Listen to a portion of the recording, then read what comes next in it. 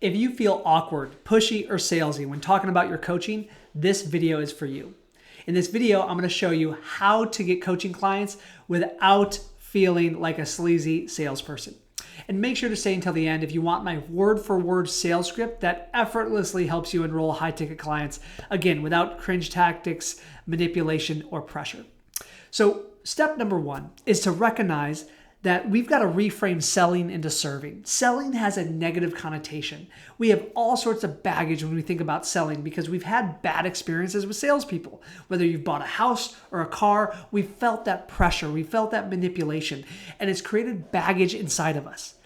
Selling is not convincing someone to buy. What I want you to realize, it's helping the right person make a decision that benefits them.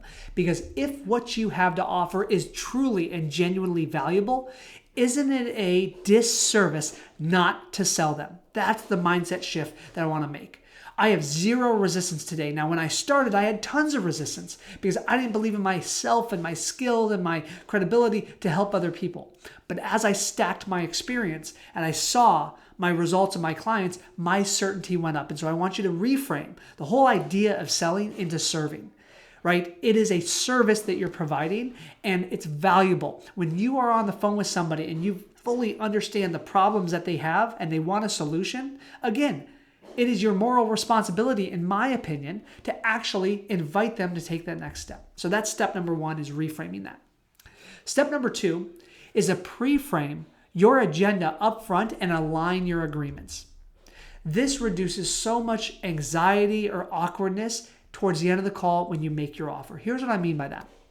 When I start my enrollment calls, I'm very upfront and transparent. I say, listen, I've got two goals for this call. The first is I want to clarify, I want to better understand your vision for your coaching business so that we can map out a game plan, because that's the value of the call for them.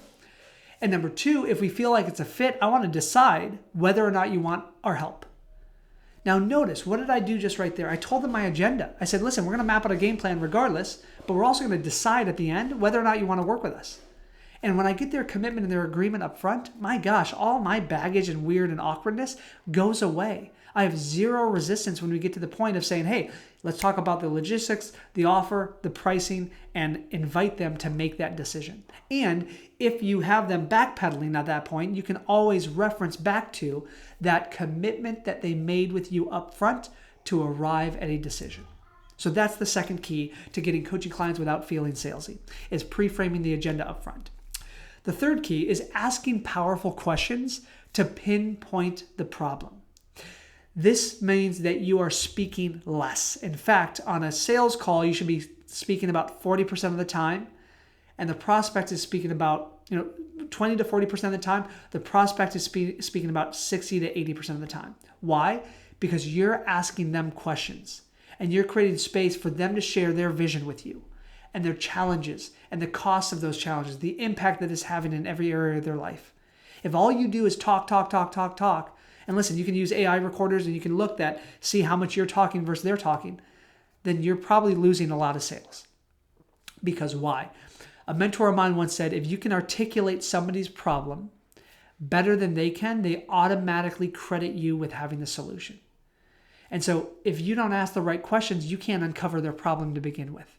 But when you ask purposeful questions, which you'll get access to inside the sales script that is available to you, that I'll share with you at the end, now you're pinpointing their problem. You're understanding the cost of that problem. You're digging deeper into that problem.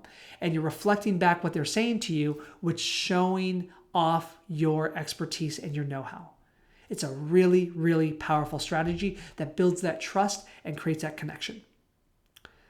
The fourth step to getting clients without feeling salesy is to lead with value. As I said earlier in this video, my first goal is not to get them to make a decision. My first goal is to better understand their vision so that we can actually map out a step-by-step game plan and give them value. Because if I didn't deliver any value, if I didn't show any know-how or any expertise, well, they probably wouldn't see value in my offer, right? They could care less, honestly, about the logistics, the number of calls, the content, the tools, the support, the accountability. Yes, those are important. But if they don't sincerely feel that I'm delivering value, they're not going to want to move forward. And the fastest way to deliver value is to pinpoint the problem. So again, you don't have to provide all the solutions. You may allude to some of the solutions. You may share some little shifts or techniques or strategies that they can implement. You may share what they need to do, but not how. You don't have time to do that in this conversation. In fact, if you did that, that's a mistake that many coaches make. I did that in the beginning, is I just coached the person for free, hoping that would give me a client, and it never did. Why? Because they left that call going, Peter, that was amazing. I'm good, man. I got everything I needed. Do not make that mistake, okay? Lead with value, but leave them wanting more. The fifth key and the fifth step to getting clients without feeling salesy is to test their commitment before the offer. This allows you to eliminate objections. You see, I'm not a believer in handling objections. If you get objections towards the end of the offer, after the offer is made, you didn't do your job properly on the call. The goal is before you even make your offer, actually test, are they really committed to doing the work? For many of our students, they're working in corporate America. They're working full-time jobs. So it's going to take a tremendous amount of discipline and focus and sacrifice to build this coaching business on the side of their full-time job. I asked them about their commitment level. On a scale of 1 to 10, how committed are you? At this stage of life, when you're providing for a family, you've got kids, you're married, are you really willing to put in the time, late at night or first thing in the morning, 4:30, 5 in the morning, or on the weekends to build this business on the side?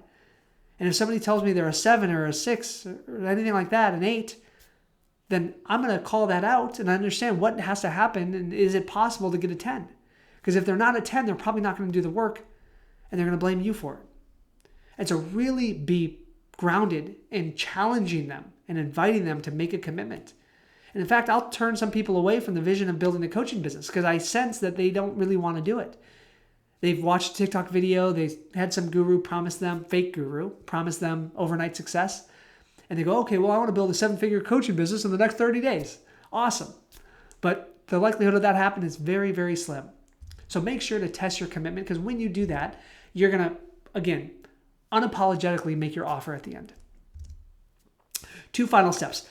The 6th step is to refer to client case studies. Refer to your social proof. Now, if you're just starting and you have 0 results with clients, you can't do this, but you can refer to your own transformation. But as you start stacking clients and getting success stories, refer to them in your sales process. If somebody shares a challenge with you, speak to that challenge about the one client that had the same exact challenge, the resistance that they had, what you helped them with, and the result that they got. Why? Because now that prospective client sees themselves in your case study. And if you do this effectively, you want to share these case study stories with your clients before they even get on the sales call with you. You want that to be a part of your pre-call sequence, or their homework before their first call with you is to watch a couple of those videos to understand the kind of results they could expect. Now you're getting somebody 80% sold before they even get on the phone with you. You don't have to do the cringe tactics or the pressure or the manipulation. Even if you wanted to, there's some people that want to. It blows my mind. Seriously, there's like these hardcore closers out there that are like, I'm going to pressure you. Not really my style, as you can probably tell. The 7th and final step here is to actually ask for the sale. Just ask. Don't hide. I get it. It feels awkward. It doesn't really feel awkward when you've done these steps leading up to it at all. And it's a disservice to you. It's a disservice to them if you don't have the courage to just say, do you want to take the next step? My language that I use is say, okay, our next step is really simple. We would schedule a kickoff call. I'd send you access to our curriculum so you can do the homework and be fully prepared. Do you want to go ahead and schedule the kickoff call now? And they say yes or they say no, but they say something and they give me a decision. And they may say, I need to think about it or I need to talk to my spouse, and there's ways to prepare for that. And if I had more time in this video, I could share some of that with you, but I actually have a sales script that's just going to give you the questions to ask anyway to eliminate those objections. But be bold, be courageous. That's why you're a coach, right? Our job as coaches is to say things to our clients that no one else in their life is willing to say to them. Don't hide behind the insecurities and the fears and the doubts. If you feel imposter, feel it, recognize it, and show up and serve powerfully. That's my final invitation for you as we do this. Now that you know how to get coaching clients without feeling salesy, I recommend downloading my free copy of our high converting sales script. It's the word-for-word script that every one of our clients use to confidently enroll clients. So you can either just comment script below this video or click the link in the description and download a copy of it for free. Now, before I wrap up this video, the majority of you watching this are not even subscribed to my channel. So If you got value from this video and any previous video, then click subscribe and smash that subscribe button right now so that you never miss a future video. And once you've subscribed, make sure to check out my next free online course. I have an entire online course that I put a ton of effort into that's completely free, that'll teach you exactly how to start a profitable coaching business and enroll your first paying client in the next 30 days. So click up here in the corner, dive into that course, watch those videos, and share with me the results that you got. My name is Peter Scott, reminding you to be here, act now, and fear less.